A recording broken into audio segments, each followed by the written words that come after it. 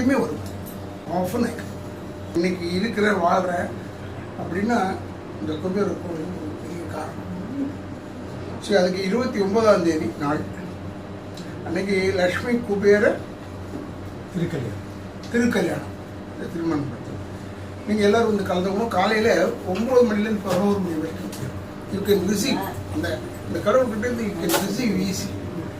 நம்ம மனசு கஷ்டப்பட்டு சொன்னோம்னா இம்மீடியட் போகிறதுக்குள்ள நடக்கும்.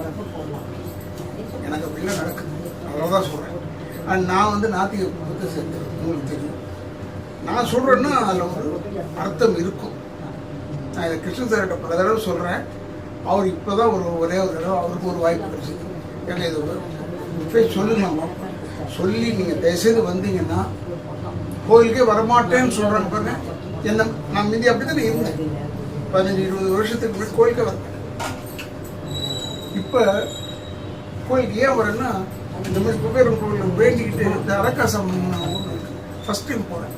ஆனால் என் மனைவி வந்து நிறைய அரக்காசம்மன் கூட்டம் கொடுப்பாங்க, அதெல்லாம் வச்சுருக்கேன். இதனால தான் நடந்ததான்றது எனக்கு தெரியாது. பட் இப்போ நான் கும்பிட்டுட்டு வெளியே வந்தோடனே ஃபஸ்ட்டு எனக்கு ஒரு டைரக்டர் ஃபோன் பண்ணார். அது நான் சொல்லலை, கிருஷ்ணன் சார்கிட்ட சொன்னேன். இப்போ நான் போகிறதுக்குள்ளே ஒரு விஷயத்த சொல்கிறேன்னு நினச்சேன்.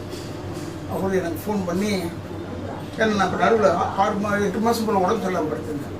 நல்லா தெம்பாகி கடவுள் பண்ணிக்கல எல்லாமே இந்த குபேரனுடைய அருளால் நான் இன்னைக்கு நல்லா இருக்கேன். நீங்களும் வாங்க, நீங்களும் அந்த வரத்தை பெறுங்க.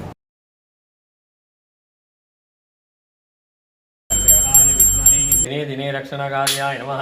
ओं मांगल्य देवाय नमः।